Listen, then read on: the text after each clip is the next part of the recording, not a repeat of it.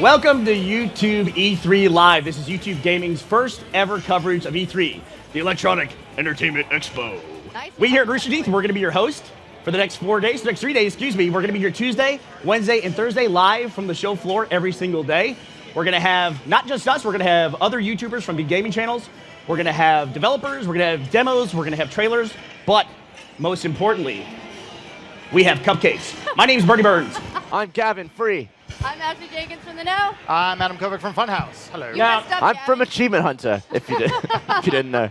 Now, this is not going to be the typical Rooster Teeth coverage. We're going to be very professional. We're going to try to approach this in the best possible way, because video games are serious business. Huge. Aren't they? Yeah. And Adam, technically, this is what, day billion of the conference already? That's right, professional Bernie. It is technically only day one, even though we've been covering the show already for 2 days, because everyone's trying to get a head So start. there was a -1 and a 0? Yeah, so we have day 0, which is yesterday, Right. and then Bethesda did their conference on day -1. They don't get to decide what day 1 is. Day 1 is always this day. They just get to go negative. And you could actually argue that Bethesda started this off 2 weeks ago when they started talking, when they announced Fallout 4. You Yeah. got the frosting, like. That's just, I'm saving that for later. That's all good. We were looking at the views on Bethesda's channel. They hit 14 million views on the Fallout announcement. They got a hell of a head start, basically, by showing that off. Built up the hype, and then blew it out of the water with their day -2 conference. Yeah. And the 2015 release date was... No, it was smart. It was like, and yeah, we'll talk about it later. But yeah, that was a huge highlight. The fact that here it is, you can download an iOS game right now, Android later, and game's coming out this year. It was like very smart. It was great. Yeah, and if you missed any of the coverage hosted this as part of YouTube E3 Live, you can always check that out video on demand on YouTube because it's always available in the back catalog. But there's a lot of stuff, even though there's been a ton of press conferences already, there's a lot of things that don't make it into press conferences that get revealed on day 1, and then people who save their announcements for even later in the week. And then my favorite part of E3 is there's those little gems that you never even anticipated that you discover that are the biggest things of the show for me personally, you know, when I find those things. What are you guys most looking forward to that you haven't seen so far? Kingdom Hearts. Oh, yeah. It might have actually been, we were getting ready for the show, it might have been announced in the Square Enix presser. It was. That's a weird thing, actually. Whenever I've covered E3 for about 10 years now, you get more information not being at E3 because you're just getting all the, you get basically now with Twitter, YouTube, everything else, like you're getting everything given to you at your home. So we miss things like Square Enix conference. So I'm actually really looking forward to catching up on that. With Hitman announced at PlayStation's event last night, that's one of the franchises I'm really excited that's coming back and kind of what they're doing with that. But I'm with Ashley, yeah. Yeah, so in that vein, we want to hear from you all over Twitter. You can use the hashtag RTE3. It's in the description for the video below. We want to hear from you what we should be covering, because you might actually know some stuff that we don't. They most certainly do. You definitely know stuff. But why aren't you we talking about don't. Red Dead? We're like, is it here? Oh my god. We all just leave the stage to go play. Yeah. And also, if you're at E3 and you have a YouTube gaming channel, come by the booth. We would love to talk to you and hear about your channel as well, as time allows, of course. What about you, Gab? What are you looking forward to that you haven't seen so far? That I haven't seen? Well, I still haven't seen anything about the Hitman game. I found out about it, but I'm a big... Did you just find out about it? When I saw the giant sign, I was like, ooh, new Hitman game. Gavin learned about everything as he walked in. He went, oh. Someone was like, yeah, who gives a shit about Hitman anymore? But I love the Hitman franchise, Yeah. but I don't find many people are really into it like I am. Well- I love that game. It looks like you two have something to bond about. We have a lot to catching up to do. Yeah, Ashley, I want to hear from you the plan of everything that we're going to be doing, especially for today. But first, why don't we take a look at a trailer for our first guest? Yes. This is from Insomniac Games. This is Ratchet and Clank. Of course you do. Come play RoboCraft and don't forget to vote for the game that you think deserves the best in show. I'm so excited. I want to be a galactic Twitter creature. informs me that I have been sounding like a robot. I've been echoing. So while they're fixing my mic, why don't you guys talk a little bit about your impressions from the Sony press conference, which was the last one from yesterday? Yeah. I mean, I guess we work our way backwards, starting with Uncharted. But I mean, the whole press conference was fantastic, right? I mean, we all watched it, right? We're all good? We're all caught up? We did a live stream for you yesterday, too. Wait. Yeah. Are you checking in case of spoilers? I don't want to spoil it because there's actually a lot of good stuff. I mean, the first thing that comes to mind is the Uncharted 4 demo. That blew me away. But, I mean, what did they not announce? I mean, really, Well, at that point? One of my favorite games on PS4 is The Last of Us, but mainly because of the multiplayer. Like, I think the multiplayer of The Last of Us is so good. Like, if there was a new experience that was exactly like that, I would be in love with that. I mean, the Uncharted multiplayer is like some of the most fun I've had doing online. I never PlayStation. played that. Really? Oh, Yeah. so good. Yeah, I mean, ever since with Uncharted 2, like it's always been a lot of fun. I'm actually really looking forward to seeing what they're going to do with it. I mean, obviously they only focus on the single player, but that seemed to be kind of the big drive actually with Sony's press conference. Mostly single player games, things like what was the one they started out with, The Last Guardian, which came out. I guess we willed it into existence, like most good things. That's really the nice. one that I was probably most excited about. It was kind of, would you consider like a re-reveal? Because I know that they took it back to the drawing board. It was first revealed in what, 2007? Oh, really? Something like that, yeah. It's been a really long time that this game's been in development. It went through the trademark sort of lapsed, and they had to get it back. There's been all these things and all this concern that they were just letting Last Guardian go. Does that ever work out they well, said though? like, no, we're still doing it. So it's great to see it back at the show. Like And it happened with Duke Nukem, I guess, where it just went away and came back. But I think it like negatively affected the game, wouldn't you say? Yeah, that is the one big hope is just like, let's pray that this is not Duke Nukem forever. Yeah. Right. And I was like original IP. One of the things that most excited me from the Sony press conference was that game Horizon. That kind of came out of nowhere. I had never heard anything about this game before. It looks like a ton of fun. It looks like Tomb Raider meets Fallout. There was some leaked info months ago, if not a year ago, of Guerrilla's new game, and it was literally a woman with a bow and arrow shooting a robot dinosaur. And we're like, okay, this looks like it was done by a 12-year-old, like an awesome 12-year-old. That 12-year-old has ideas. We should hire him. But I mean, what they showed was essentially what the concept art was, and it looked kind of like an enslaved sort of. Did you ever play that game? I don't know. Is that Journey to the West? Yeah. Or it's I got kind of a Turok vibe yeah. from it.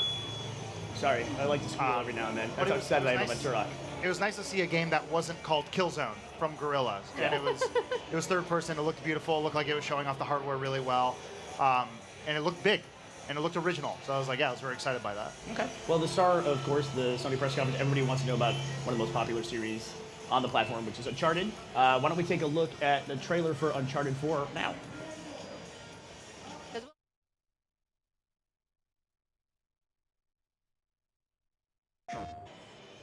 That looks good. Man, Man, that game looks whenever- so great. I'm so yeah. excited about that. I bought a PlayStation for the first time to play Uncharted 2 because everyone I knew was telling me, gotta play Uncharted, gotta play Uncharted. It's the reason I bought it. You bought a PlayStation for Last of Us, isn't that right? I did, yeah. Yeah, it's one of those games. It's like it's definitely a console seller, you know. At least it was for me. Although I gotta say, watching the Sony press conference yesterday, I could really feel for them. Even with my robot voice, I had feelings for whoever was running the demo. And as soon as they went to live gameplay, as gamers, we could all recognize immediately what happened. The controller lost sync, Yeah. and like Nathan was just sitting there, and then they eventually rebooted. I heard from people who were at the press conference that whoever was doing the demo on stage had 8 controllers and was like going through them as fast as he could, trying to find the one that was going to You've work. got to give it to them for doing it live, though. Like doing an actual live playthrough and not a pre-recorded one. I mean, you know, it's in a weird way, like having that like error, which is going to happen anytime you have a huge hour-long stage show. Something's going to go wrong. Right. It almost showing is live in real gameplay. Yeah, they've done that before where the game, I remember Naughty Dog's always been really good about that, where like Drake would fall and die and he'd glitch through the ground. They're like, that's an early build. You know, what do you want? Like the game's not done yet. And so, but that entire press conference without a hitch, everything was fine. And that was the one thing that went wrong. I was like, not bad. Not bad. If, Not if bad. If that's the one thing, and it also, again, shows you that you're definitely real live gameplay, I'll take it. I think they've all been really good this year, at least from a technical perspective. I mean, Microsoft even went so far as to have a holographic demonstration. I can't believe that worked. Yeah. Yeah. That was crazy to me. Like that weird jerry-rigged camera thing they had going on to film that was nuts. Yeah, and I wish I'd seen more from Morpheus as a result of that. I don't know how you follow HoloLens with more standard VR, but still Morpheus, I think, is a great way to get VR in the hands of, you know, more and more people. You know, Oculus got bought by Facebook, which that'll make it go wide, and then Sony releasing Morpheus will make it go even wider.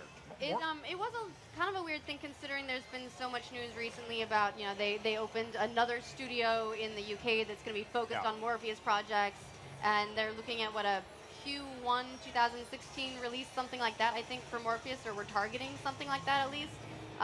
You would have expected to see a lot more of it here.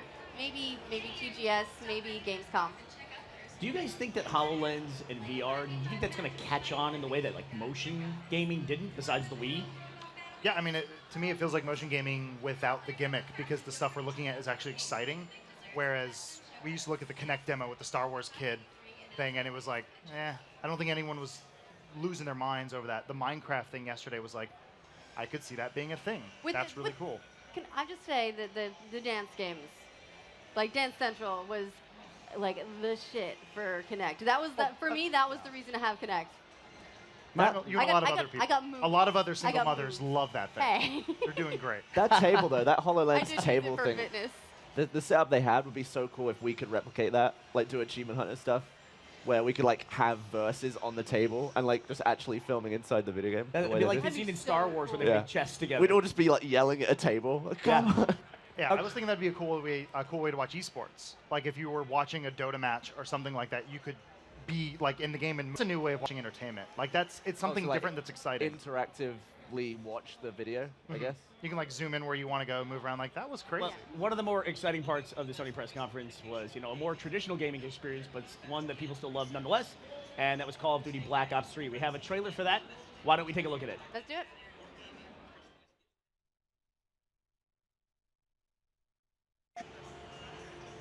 That game looks Okay, the crazy. big red giant from Twitter has asked, can @GavinFree do a live gameplay of a demo? The answer to that question is absolutely not. Why not? I'll do it. Projects that cost tens of millions of dollars and people work on them for 3 or 4 years. I'll keep my controller connected and everything. There's no way we're going to allow that to happen. But people are going to be playing games on the stage. YouTube gaming channels will be here to do Let's Plays. Actually, why don't you tell us about what we have coming up? Yeah, so the first thing we're going to be showing is we're going to have a live demo of Ratchet & Clank from the guys at Insomniac that are over getting set up right now. And then we're going to have a couple of YouTube's biggest live streamers. Hike the Gamer is going to be on. He's bringing Typical Gamer. They're going to play some GTA Online. We've got a couple of, we've got an episode of The Patch, an episode of Dude Soup. We've got Screw Attack coming on. We've got Stein83 coming on. And then we've also got demos for Uncharted 4. And Call of Duty. It's almost like we should have played those trailers. Almost like we should have, yeah. Yeah, and Stallion, I'm really excited to see him today because last time Gavin and I saw him was at the Titanfall debut when he came down to Austin. He was just about to break 1 million gamer score. Ray Cox, he has the biggest gamer score anywhere in the world on the Xbox platform, so he'll be here a little bit later today. And they gave him Xbox Live for life, right? As a reward? Yeah, That's awesome. he has gold for life. Yeah, that would be nice to have. But I'm sure his gamer score is quite a bit higher than the last time that we saw him. Yeah. So, and he'll be talking to us a little bit about some of the games they've announced and achievements and everything else. And then, of course, we'll have Let's Plays as well. Yep. So we're going to take a quick break and get ready for Insomniac to show us Ratchet & Clank. And while we do that, don't forget to communicate with us. Talk to us at hashtag RTE3. We'll see you in just a minute. Love you. Bye. I love you. I like you a lot. Welcome back, everybody. Welcome, Hi. Gus Sorolla. I'm glad to be here. I love E3. It's like my favorite event. How many E3s have you been to? Not that many. I think I've only been to like 5 or 6 maybe. Yeah. So if it's not clear, and it probably should be clear at this point, we had a little bit of problems getting GTA Online and up on the screen. So unfortunately, we had to skip the segment with Hike the Gamer. Our apologies to Hike. But Gus and I are going to be here talking to you, taking your questions instead of going back to a schedule screen. You guys are probably, at this point, very familiar with what's going to be for the rest of the day. I like the look of my face more than the schedule screen. I'm gonna stand in the light. That way you can see it. Hey, what's up? Gus, we Internet? need you to read the schedule. So if you have any questions at all, questions about the last segment, questions about upcoming segments with Hat Films or Stallion83, just go ahead and tweet them to the hashtag RTE3 or to the Twitter account YouTube Gaming. Okay, I wasn't with you yesterday. No, you weren't. Where were you? I was waiting. I was working at the office, what I was doing. But as soon as they put up the Kickstarter for Shenmue 3, I immediately thought of you. Because you're such a huge Shenmue fan. Yeah, I'm super psyched about it. I can't believe how quickly they blew through and reached their goal on the Kickstarter. Yeah, it was nuts. So they set a $2 million goal, and they hit it before even 24 hours I was think up. it's 12 hours Yeah. in. And when I last checked it this morning, they were at 2.5 million. I think obviously the game's going to need more than $2 million to be made. It's a huge scope. I think so, but a lot of times with these Kickstarters, what they do or crowdfunding campaigns is, at least it works this way in movies, the studios will say, okay, why don't you prove that this movie has an interest level out there? So they do a Kickstarter campaign or a crowdfunding campaign. Then once it hits its goal, then the studio kicks in extra money. Yeah. Good example, that was Veronica Mars. It was the most successful movie crowdfund of all time. But they all, Warner Brothers kicked in money, and then Super Troopers 2 was kind of the same model as well. Yeah. Yeah. But I'm super excited about it. The one thing is I feel like at this point it's all proof of concept. I wish maybe the game was in development already. It's like, okay, it's great, there's a Kickstarter, but I'm disappointed I'm going to have to wait like 3 or 4 years before we see it. Sure. I mean, that is one of the drawbacks to crowdfunding games, is the cycle now seems even longer than it normally does. Yeah, especially for a world like that. I mean, it's going to be so intricate. They're going to have to spend so much time, so much lead time on development. I'm sure it's going to be quite a while before we see it. Yeah, but one of the things that's kind of cool about it is that when you're here watching content at E3, or like you're even in the room when they're presenting all this stuff, it's a lot of hype of stuff that you can't really like cash in on right away. You know what I mean? That feeling of like, oh, I want to get involved with this. That's why things like Bethesda deciding that they wanted to release Fallout Shelter as soon as the conference was done, those are incredible mic drop moments. And I think crowdfunding is kind of a cool way to do that, because it's like, oh, I can actively do something here. I'm excited about Shenmue. Now I just got to sit still for 3 years. It's like, no, you can go out today and you can support the project and get involved. Yeah, and you can see, what the scope is of the project, even with stretch goals. Be like, oh, well, these are great ideas. I would love to see that in the game. It's kind of a different way to present the information and kind of tease what they're doing. Yeah, I will say this though, is that the video game is nothing if not reactive, and the success of Shenmue 3's crowdfunding campaign, even less than 24 hours in, I would not be surprised if at the next E3, every major platform conference had some kind of crowd-funded game in it. I hope that doesn't happen. I hope that doesn't happen. Yeah, I can hope so too, but at the same time, it's, there's these titles that people want to play, and you kind of just wait for the developers to get around to them. We had Insomniac Games on here earlier, and they were showing Ratchet & Clank. I've never personally played Ratchet & Clank, but I know that people are very excited about a next-gen, kind of, not exactly a remaster, but kind of a retelling. Right. More of a reboot right. of Ratchet & Clank. And there's other franchises, like me personally, not a big fan of like if the next press conference is like 3 announcements of crowdfunding campaigns, unless one of those games that they're crowdfunding is Star Control 2. Right? a remaster of Star Control 2. Or actually, I would say Star Control 3. Even though there is a Star Control 3, I just try not to acknowledge it. Just forget that one. All right, so I'm going to try to take your questions here off of hashtag RTE3. Gus, for those of people out there who have never played Shenmue, can you describe it? Because even I don't really understand the fascination with this game. It's well, it was a very ambitious game. There was nothing like it at the time. Shenmue originally came out in the Dreamcast, and it was a kind of an open world game where you play a character searching for. You can pet a cat. You can pet a cat. You can pet a cat? You're searching for someone who. Breaking news, you can pet a cat in Shenmue. Hopefully that'll be a stretch goal. You Stretch can goal, $3 million. various animals in Pet a cat. Shenmue 3. But yeah, you're searching for a group of people who murdered your father. And actually there's a great online video group, Mega64. One of our favorite videos from them is a Shenmue-themed video. I think that might have been the first video I ever saw of theirs. Really? Yeah, where it's Rocco walking around, asking people where he can find sailors, because that's part of the original Shenmue. I'm going to ask somebody to verify this information, but Space Pumpkin on Twitter wrote that Shenmue 3 has made $2 million raised so far, but the original Shenmue cost $70 million to make. What's the deal? I don't know about that. I don't know of a Dreamcast game that cost $70 million to make. That was also in, what, 99 or 2000? No, wait. 2000, I think. That would be a crazy budget. I think we're going to call a little bit of BS on you there, Space Pumpkin. All right, what's your favorite thing so far? That's from Bartney Jr. Favorite thing so far, hands down, got to be Fallout 4. Yeah? Super excited about it. I just want to say, Todd Howard, I'll be your best friend if you want to call me, hang out. I was super, super stoked. That was a great way to start the conference. I don't know if he would be your friend after you called him out on Twitter for having to make a second demo. It was a good demo both times. Yeah, well, it's Fallout 4. I mean, you really can't go wrong. When I first saw the announcement of Fallout 4, I'm a huge fan of Fallout 3. I have 100% of the achievements in Fallout 3, all the way through all the DLC they released. Not so much from New Vegas, although New Vegas has a weird thing for me. New Vegas is the game that I played for the longest when I was on a treadmill when I was losing weight, and I would play on a treadmill in front of a game. Fallout games are perfect for that, and I walked 170 miles playing New Vegas. That's crazy. It's crazy. It's almost like I walked across that desert myself. New Vegas also was not developed by Bethesda. New Vegas was a Obsidian title. As you could, that you could feel that by how much they didn't talk about New Vegas in any of the Fallout stuff. Oh yeah, I didn't even think about that. Yeah, it's like it wasn't even mentioned. They talked about, we started this game right after we were finished with Fallout 3 and everything, but it was the color in the game really that when I first saw the announcement really kind of like put me back a little bit. I'm like, that doesn't feel like Fallout. But after that demo that they showed, I'm totally on board. I was not expecting such a robust crafting system. So I put my head in my hands when they announced that every piece of scrap in the wasteland can be recovered and converted Right. into something. I was like, well, fuck, I'm going to pick up every single thing I see. It's going to be the game for me. I'm going to be a hoarder. I was doing that anyway. Like, I was always picking up, like, teapots and pots, like metal pots off shelves, just so I could sell them for bottle caps somewhere. Or, I mean, it's crazy the way that the crafting system will work, where you can use different items. You don't. It's not a set like you need this, this, and this to make an item. It's like you need this class of item, plus this class of item, plus this class of item. Right. So you can really use just about anything, or even break down stuff to raw components. Yeah, crafting games are great when they acknowledge that. Like, one of the best ones for that is the crafting system that's in the Dead Rising franchise. Yeah. Is you get to a certain point where you unlock it and say, oh, you can have anything in this class of items to build this thing. Like, you can have cleaning utensils, or, you know, you can have bladed weapons. You don't specifically need a machete.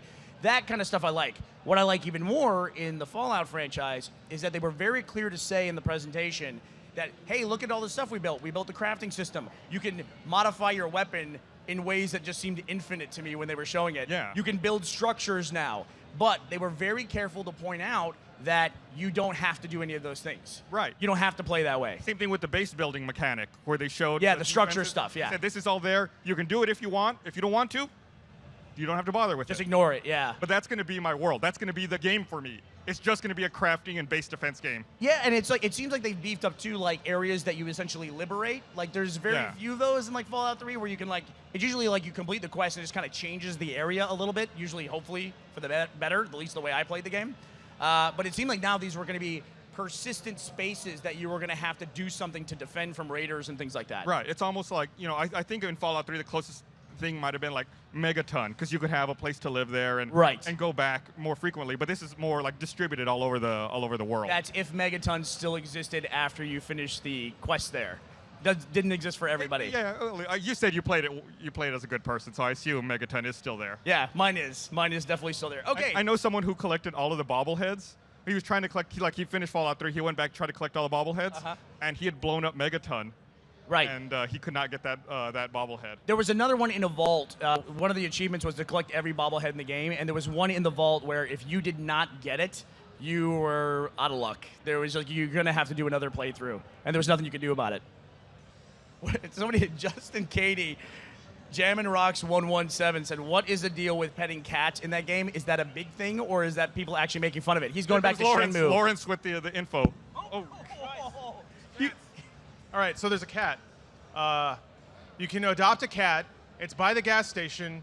You go and you pet it, and you buy it milk, and you can pet it a lot, and it's really cute. You don't have to pet it a lot. You can though. Yeah, it's your option. It's the freedom of the game. So, in answer to his question, there's really nothing to that in any way whatsoever. But it's weird when pets show up in games, people freak out. Yeah. Like when Assassin's Creed 3, when you can pet a dog, and then even in the Fallout announcement, they had a dog, and it was like, there's been dogs in Fallout before. All right, well, I think we got to wrap this up. Okay, well, don't forget, if you have any more questions, you can tweet them at us at #RTE3. Next up, we have Ashley Jenkins and the guys from Hat Films. Take it away. Hey, everybody, and welcome back to YouTube E3 Live. Now with 60% less schedule slate. I like that. Dramatic improvement. There we Hey. go. All right, hey, we want to thank the Wonderful. guys from Hat Films who came out and sat down and talked with us. They're getting ready to do the patch. They're prepping for it now. And I got to say, the guys from Hat Films were very, very friendly. And in particular, the guy Trot, he was exceptionally, very, very friendly. I saw all that. I wasn't in the bathroom eating my lunch. Yeah, man, that come on. didn't happen. Sure, hello, okay, why not? Oh. Hey.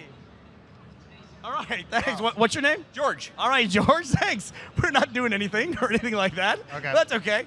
All right, Adam, you've been coming to E3 probably longer than just about anybody I know. Yeah, well, I'm an LA kid, born and raised here. So the first time I got to go, I was in high school. I ditched school for the day. My friend's dad did the lighting, and so we snuck in, saw Halo 2, saw Half-Life 3. Or, I'm sorry, Half-Life 2. Saw the Unreal 3 engine, saw all the stuff early before it became the giant show that it is today. Yeah, be careful. Half-Life 3, we don't know anything about that. It's not going to happen. I mean, we can talk about that later. There's but no need for... I can give you 1,000 reasons why the game doesn't need to exist, but... There's no reason for a major software company to issue a denial just because Adam said something either. Right. But, Too soon. But your first E3 was 2 years before that, right? Yeah, so we came. I think I came for the first time in either 2000 or 2001, and I had a really cool thing that happened where somebody posted a photo up online recently that was a cool memory. I've seen it before, but it was somebody somehow grabbed a photo of me and Gus and Jeff and Matt, Yeah. all guys that work at Rooster Teeth, and it was probably 4 minutes before I played Halo for the very first time, and that was in May of 2001, because the game launched with the original Xbox. I was gonna say, do you get like weird flashes when you see something like Halo 5 at a press conference, or does it just kind of goes over you like a wave? No, yeah. I mean, it's like I'm always looking forward to the next Halo. I can't stop being excited about it. You know what I mean? Right. It's like such a big part of my gaming history. Then I got a lot of franchises that are like that. Fallout, I felt that way about. Yeah. I've never been much of a Call of Duty player, but Richard Garriott kickstarted a kind of a spiritual successor to the Ultima series, which was enormously popular to me growing up. It was important to me. Tabula Rasa, was that the one? No, this is Shroud of the Avatar. Oh, okay. Tabula Rasa was everyone's more of favorite a, game. Yeah. Yeah, Tabula Rasa was more of a sci-fi one. Yeah. But so you saw Half-Life 2. Yeah. Oh yeah, sorry, go ahead. No, I was going to say, we were talking about Shenmue a little bit before, but a lot of people didn't realize when Half-Life 2 came out, the most important thing about it was that's when they launched Steam for the first time.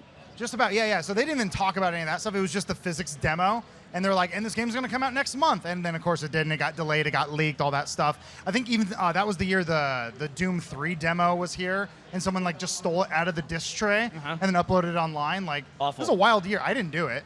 All right. Well, we want to take your questions, so make sure you tweet us at #RTE3. But let's kick over to the patch right now. It's Gus, Meg, and Ashley, and our very special, very intelligent guest, Matt Pat from The Game Theorists. He's awesome. Everybody, thanks for the guys in the patch. We are taking your questions on Twitter at #RTE3. Joining me is Sir Lair Hey, on how's Twitter. it going? Lawrence Sontag. That's something I try to avoid saying. It's it's a side effect from Quake 2, not having enough characters for the full thing, so I just shortened it down. Benefit is it's never taken because it sounds so fucking lame. Well, Bernie Burns, I didn't know it when I was named Bernie Burns, but it became like a uniquely searchable name, which I didn't know when I got the nickname at 13 years old. I didn't know that was going to be a thing later in the future. Yeah, and at the time you're like, that's never going to catch on. And here you are. There's positives and negatives to being a searchable person online. So we do have some questions. The first question is, what is the original IP that's been announced so far that you're most excited about, Lawrence? Oh, that's a great question. I feel like all the original IP, I don't quite know how they play yet, so I don't really know what to say, but I think Horizon, just in terms of visuals and creativity, Yeah. it seems to me the game was a lot of guys sat at a table and they're like, okay, gentlemen, we need to have somebody fight a robot dinosaur with a bow and arrow. And then they went to the whiteboard and figured out a game around that idea, and I'm okay with that. Also, the whole ruined civilization thing. And you got to think that game's been in development for a while at this point, I would think. And when I first saw it, it was reminiscent of Rust on Steam. Yeah, you're right. A little bit. And then the longer I watch it, it seemed like a mashup of a lot of popular Steam games like Rust. And then when I saw the robot animals, dinosaur, it reminded me a little bit of almost like if there was a Jurassic World where they had animatronic dinosaurs and they just lost their skin. Man. Yeah, and gained sentience and started multiplying or something. Yeah. Yeah, there was robo dogs, there was robo snakes, robot everything. But it's also, there's a trend in that particular trailer or demo or whatever you want to call it, gameplay video, that I've seen again and again in all these companies' demos, which is they show off the game, they show off a little bit of the gameplay, then you fight an enemy, then you fight the gigantic version of the enemy, and then they end on something with the protagonist probably about to die. Yeah, of course. I mean, that's an arc. That are designed to capture people's imaginations that have been burned out off of years of video games, and apparently that's the only thing we respond to anymore. But it worked on me, so whatever. New IP can be a tough thing at these conferences too, because they can show something that looks very close to coming out, like Horizon does to me. It looks that way. It looks like it could be out or it might not be. But typically they're not. Typically you see them and then they go away for a very long time. Yeah. Nothing illustrates that, I think, better than the fact that Quantum Break was absent this year. Yeah, they said they were taking a break and then going to go hit up Gamescom. Honestly, Right. with all the other projects that were announced, that's probably not a bad call. They'd be fighting Fallout 4 and just every other huge game that's now got everyone's attention. And I think, especially at this year's E3, all the demos have been pretty playable. Right. Quantum Breaks so far has been kind of an enigma. It seems like it's half TV show, half cover-based shooter with time power. I think people still don't know quite what to make of that. So if you have it at something like Gamescom where you have more time on a stage to show people, maybe it can work out a little better than the 3 minutes you get at E3. Yeah, maybe so. And, there's been some other new IP here. Question on Twitter was, this is from Skyraptor, what do you think of For Honor? That's a good question. I have a lot of questions about For Honor. It's a new IP. So I was just talking with Jack Patillo who's part of our Achievement Hunter group. He was excited about it because it's a 4v4 game, and that's the kind of game that Achievement Hunter can play versus Funhouse. We can play across our different productions. Yeah, hear that, YouTubers? All of you? And Screw Attack, who's going to be up next. So it's, good plug. I like that. Well, So not a segue yet. For Honor, I'm mostly confused about how it's going to play. I mean, obviously you stab guys with swords. I got it. But what are the rules of the match? There were tons of AI dudes. Does killing them do anything? Is it just all point-based? Once you get to like 2,500 points, your team wins, and like killing dudes is 1 point, killing players is 50.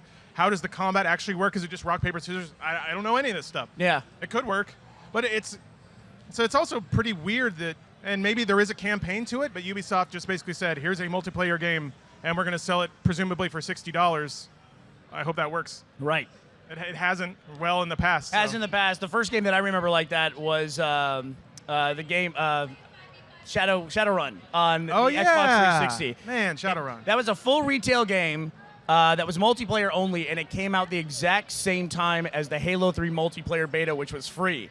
That gave that game kind of a hard time of getting traction. Also, people didn't really know what to make of it. I hear, though, that somebody made a really awesome Machinima series in that, though. Oh, yeah? Maybe you could look that up online. Yeah, like it was like 10 years ago at this point. I like Shadowrun. Just by the rules, it's pretty cool. You got orcs, you got cyberpunk stuff, you got swords and guns, sometimes at the same time.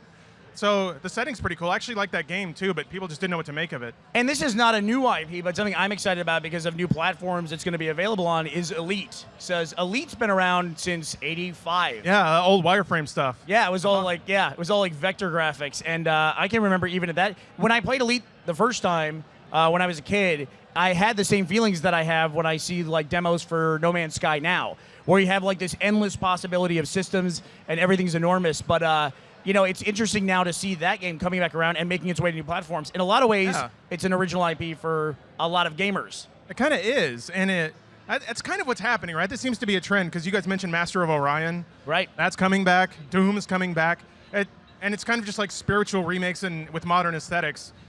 And I guess it just proves that a good game is always a good game. You just kind of have to spit polish it for the current generation. So how did you feel about the Doom demo that they showed? Oh my God, dude. I loved it. I was like ripping out my hair and eating it. That's how excited I was. Really? I imagine Doom was a pretty early game in your video game career. Yeah. I would say my like big shooter tentpole was Quake. Okay. But I was probably too young to play Doom when it was out, but I played it anyway. I wasn't. Super Nintendo had a pretty good soundtrack. I like the Genesis one. That was shit. Anyway, yeah, I played a lot of Doom since then. Like I finished Doom 2 on like hard 2 years ago, just because I was like, fuck it, I want to play it. And yeah, that game is still fun. Doom 3 is still fun. Well, Doom 3 got a lot of complaints for being a dramatically different mechanic. But I think this new Doom is like throwing back to the original Doom. It definitely is. It definitely feels a refresh of the existing awesome weapons. Yeah, it's like industrial music, blood, guts, guns, chainsaws. The thing that, honestly, more than anything else, the thing that really set me back was looking at those environments. Those felt extraordinarily Doom. All those industrial environments, those like molten metal pits. Yeah, and they even showed you foundry. hell, and it's just like... I'll wait and see. I don't know how I feel about hell, but... It really does seem like they went to a lot of junior highs and like grabbed a lot of notebooks and just like looked through all the doodles and turned that into a level. Well, that was... The first Doom was definitely like that, the first series. Yeah. And I was kind of waiting for somebody to be like really jaded and cynical and be like, huh, guns and demons, aren't we a little old for that? No, the original Doom was stupid too. If you like that one, you have to like the new one. That's the rule. Yeah, it's a space demons on Mars. I mean, you got to look past the narrative and have a suspension of disbelief. Soundtrack by Metallica. Come on. 9 Inch Nails too. Yeah. Well, the thing about it, you mentioned Quake is where you started. Doom, it's only had a few iterations over the course of the last 25 years. Yeah. And Doom is not a game that I typically associate with verticality. Because back modding, it was impossible. You couldn't do it. Yeah. The way the engine was set up, you couldn't have something over something else. Even when you were making maps, modders had to make maps where they implied higher levels, but they could never put something over something else. Tricks like teleporters that would take you to another room and make you think you're going upstairs. Exactly right. And so it was weird to me, and I think maybe the developers were kind of making a nod to that in this gameplay demo when he's jumping up on top of boxes. Oh yeah, all the mantling. Yeah. Well, and so verticality's been a problem with console games for a long time, because if you have a stick, it's really hard to look in all directions because you're accelerating everywhere. So this is where the corridor shooter came from, like Call of Duty. It was just a response to that stuff. But I think we've got tech coming up. And Yeah, we ready to go? they're going to tell us who won E3. So it's Sony, by the way, before they get started. But they're going to tell us anyway, so. There's Lawrence's vote. Yeah, take it away. Community. What? Hey, everybody. How my are gosh. you doing? Hi, Bruce. Hi, Bernie. We're literally sitting going, so what do you think about Halo? I know, well, we don't know anything about Halo. Well, listen, we're still taking your questions on Twitter. Make sure you use the hashtag RTE3. We'll be taking your questions live. Well, Bruce, we've talked just about everybody today. What about you? What is the most exciting thing you've seen here at E3 so far? Bernie, I have 3 words for you. Go ahead. Star, Yes? Wars. Yeah? Oh, Battlefront. That's one word, right? Battlefront's That's all one word. word. Okay. That yeah. is a compound word. Star Wars Battlefront. DICE is probably one of my favorite developer, I think, in all the world. I agree. Were you like an original fan going back to, I shouldn't say original, I think their first game was Battlefield 1942? Yes, and I played the S out of Battlefield 1942 I did as well. all the time. So Wake Island. yeah, that's all I played. That and what was the other one? I mean, like there were so many. I played them all the time. I played Battlefield 2, 3, 4, Hardline. I played them all. Yeah. And I was they're developing Battlefront because I feel like they can improve that franchise a lot more than it used to be. I don't know if you played Star Wars Battlefront, like Battlefront 1, Battlefront 2. My son loves Battlefront 2. And so I've watched him play it a bunch, and I've tried to play with him to better understand the fascination that people have with the game.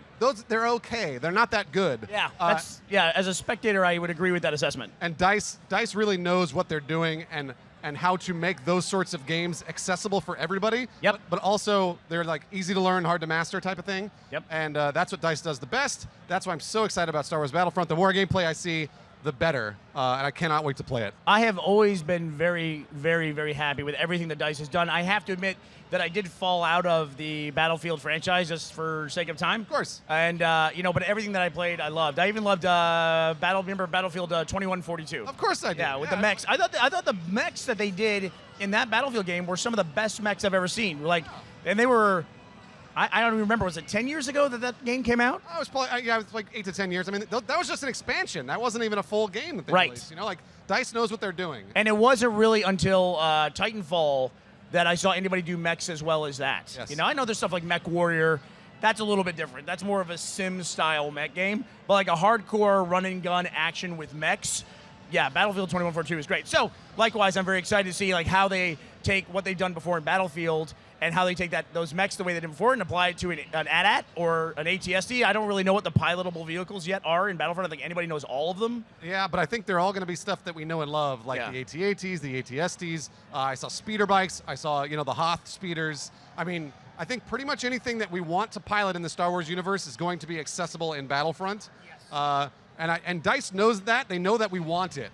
They're really good at knowing what the community wants and delivering on that. So I'm looking forward to it. Well, we would love to hear your thoughts about it as well. So be sure to tweet us, hashtag RTE3, and we'll take those comments and questions on the air. But I just want to say while we look this up, when I was a kid, I loved Star Wars a lot. Of course. And I don't think all of you, I'm going to get old for a second here, I don't think all of you realize just how good you have it.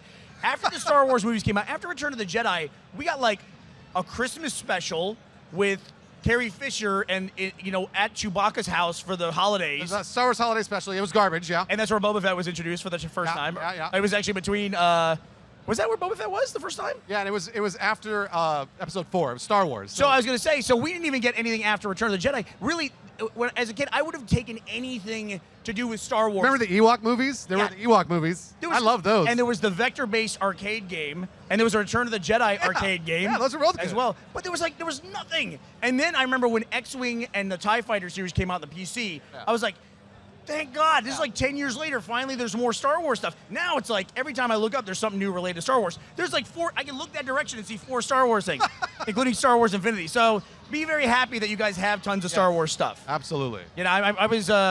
I'm really going to get old here. I was actually saving up proof of purchases to send away for Boba Fett. Wow. Yeah. Did you get it? I did, and I was very disappointed because on the package, Boba Fett fired a missile from his backpack. No. But between the time that they put that out and they released the figure, I guess for child safety reasons, the missile no longer fired. So here's the thing: if you'd gotten that figure, it'd probably be worth $500 now. Probably. Because I don't think anybody has it. And I think that's like the holy grail of like Star Wars action figures. It is. But I'm really looking forward to it. I loved what I've seen so far, Battlefront by DICE. You can still play as heroes. Yep. The AT-AT sequence that they showed was amazing. Yes. I don't know the world, but the segment I saw yesterday in the Sony press conference, I mean, if you watched our stream, I was just going nuts the entire time. Was it Jakku? I think it's the new planet. Yeah. From episode 7. It looked like a not as hostile Tatooine. Jakku. Yeah, there we go. Yeah. And so it was just like, I think the gameplay and the graphics are just, sometimes I'm a little baffled. It looks like a cinematic, but it's tremendous. Yeah, no, it's great.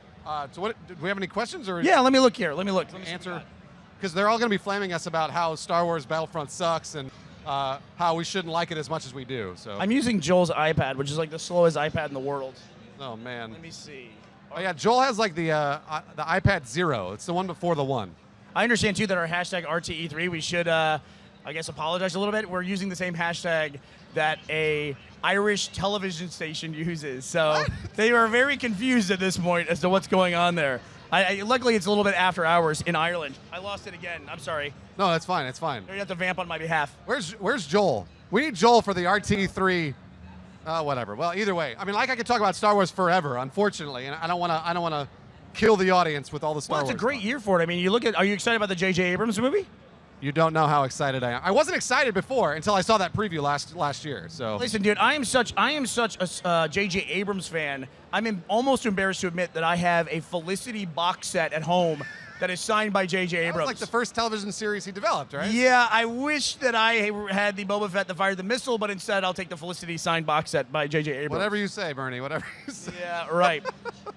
Classic says, just became a PlayStation owner when the PS4 came out, and have never played the Uncharted series, but I'm probably going to be getting Uncharted 4. Do you buy consoles based on a single title usually? I absolutely do not. Usually I buy according to what my friends have, and even then, I'm more of a PC guy. So as of right now, I have an Xbox One. PlayStation's been hitting me over the head with No Man's Sky. Right. Which is, I mean, like, almost enough to buy a console for. And if you own a PlayStation 4, you have to own Uncharted. That's just sort of a rule, I think. There's no reason not to buy Uncharted 4. Not at all. Okay. All right. Well, anything else? Like, is there something so far at E3 that you hoped would be here and hasn't appeared yet, and maybe might appear in the next 2 days, even though that's fairly unlikely? I was interested that God of War did not come during the Sony press conference. Because usually that's a Sony exclusive that they're totally used to. And I'm surprised that God of War is not here today. I don't really know of anything else. I mean, like, we're not expecting anything from Valve. We're not really expecting anything from Blizzard because of BlizzCon. I mean, the fans have gotten so much this E3. I don't know what else there is left to expect. You know, it's been so long since Valve has made a game that I don't really know how they approach E3. Like, they did just announce the release date and pre-order Steam Control, the Steam machines, and Steam Link, which of course I bought. Well, I didn't buy all three. I didn't buy a Steam machine yet, but I know I'm going to at some point. Well, they made Dota 2 a couple of years ago. I think they consider that their newest game, and Counter-Strike Go and things like that. Right. Those are remade games. Those are games that already sort of existed, and they're polishing. But you're right. I want a Portal 3. I want a Left 4 Dead 3. I want a Half-Life 3. So before you and I started working together, I had a big prediction on the patch. I think it was last year that when they were getting ready to announce the Steam machine, that if they announced the Steam machine, and at the same time for the release date of the Steam machine, they announced Left 4 Dead 3, Portal 3, Team Fortress 3, a new Counter-Strike, Half-Life 3. If they did all of that, think of the market share that they would have from a hardware basis on something like that. We talked about that a lot on Dude Soup. I know Adam Kovac was always, if they nailed the exclusive part of it, right, if it was exclusive to the Steam machine, they would have destroyed the console market. I don't know why they haven't done it yet, to be honest with you. So as a Star Wars fan, I have a question here from Twitter. The question is from Solidarity. What do you guys think about the Old Republic compared to Star Wars Battlefront? So I played Star Wars The Old Republic as kind of like a single-player game. Even though it was an MMO, you could do the single-player campaign. I played all the way through that, leveled up my character all the way up, and that was it. I was done. I also played Star Wars Galaxies a lot. Did you really? I missed that one entirely. No, I mean, like, nobody else played it. You don't have to feel bad. I think Gus played it. Yeah, I mean, that makes sense that Gus played it. Yeah, I know. But Galaxies and the Old Republic were great, and they were super cool MMOs, but they were nothing compared to Battlefront. Battlefront is a like this is a multiplayer shooter Right. that people have been asking for years and years and years, and it's going to be more accessible to a general audience rather than an MMO. So. Yeah, well, I played Old Republic 2, and your experience with it is very similar to mine. What I find interesting from an MMO perspective, it was the first one that I had played where it had a finite story. And usually MMOs, I'm trying to find a way to stop playing, whereas Old Republic kind of handed me that opportunity. Yeah, that's exactly what happened. What did you play? I believe I played, it was like a Sith Inquisitor, I want to say. Yeah. And I mean, it was cool. I killed all the Sith, and I rose through the ranks, and I was like, all right, now I'm ultra powerful, and I'm gonna quit the game. Yeah. Like, I leveled up all the way in that. I played a Republic scoundrel or scavenger or whatever the Han Solo character Smuggler, type is. yeah. Smuggler, there we go. That's what I played in that. And it was, I don't think I hit the level cap in that. There was a weird thing. As long as I've played games, I have never hit the level cap in a game until Destiny this year. Wow. When they had the level 32 level cap, I hit that. Oh, yeah. So I thought I was going to hit it in Borderlands 2, but just kind of fell off right before I hit level 50. So. Sure. Yeah. Well, good for Activision for getting you to level all the way up through Destiny. Yeah. Well, what about from the PC world? I mean, it does seem like I don't feel like I'm not seeing a lot of PC-centric announcements surrounding E3. But then again, the big conferences tend to be for the consoles. Yeah, no, I mean they always are. There was a PC press conference I think today. It was funny because we were joking around about how there was no PC press conference, and Lawrence was like, "No, there is one." And nobody watched it. I know it happened. That was an awesome Lawrence impression, by the way. Being trapped in a room. No, I know it happened. It happened, but I don't know if anything happened that came out of it. I don't think so. And we were talking about Steam and the way they approach E3. Does Valve, have an obligation at this point to hold a press conference the way that Microsoft does for Xbox, the way that Sony does for PlayStation? No. You don't think so? No, they make millions of dollars through hats on all of their different games, and they have a huge player base. I mean, they don't do. And cases. I have to admit, I never got into the trading card system on Steam until just recently, and boy, did it bite me. I mean, I instantly got sucked in. You should talk to Lawrence about that, because he's also addicted. Is he really? Yeah. So we should do you know his Steam name? Well, should I say it on the stream? Sure, I don't care. Oh, yeah. Well, where's Lawrence? Lawrence, you're about to be saved by the fact that you guys are ready to go. Okay. Never mind. All right, so next up we have Jack and Gavi and Lawrence and their special guests. So take it away, guys. Those guys. Hello. So I have to ask you, so you're not a huge first-person shooter guy, right? No, I'm not a huge first-person shooter guy. But are you going to play Black Ops 3?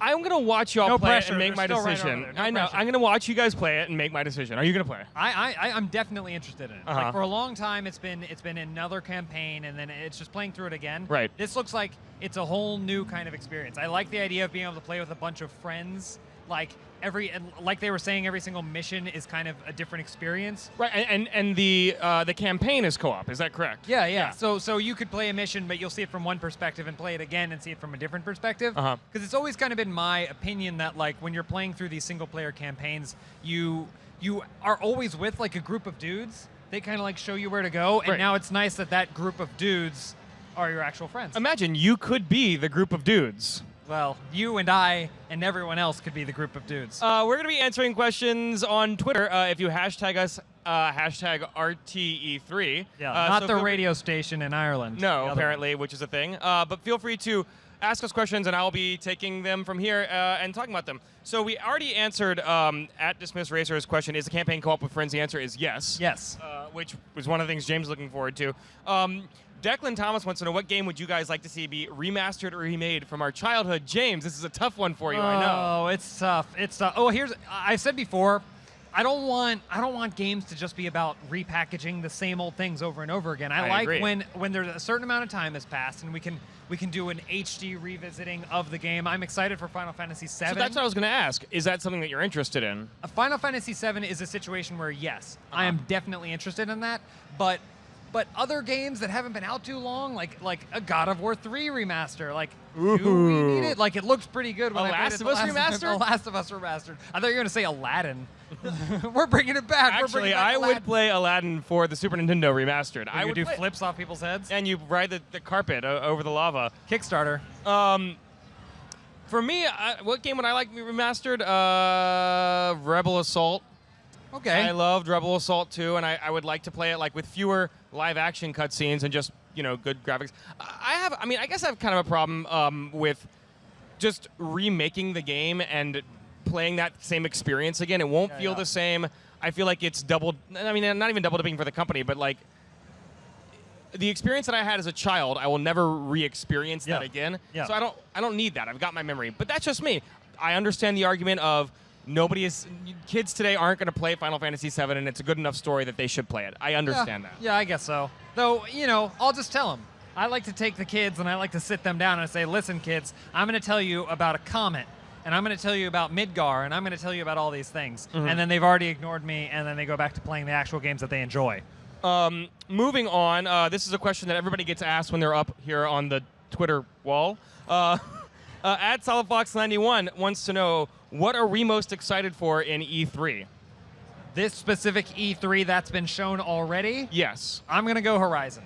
We were talking about this earlier. Yep. It got overshadowed by a bunch of other Sony press conference stuff because that was a lot of fun. But Horizon looks awesome.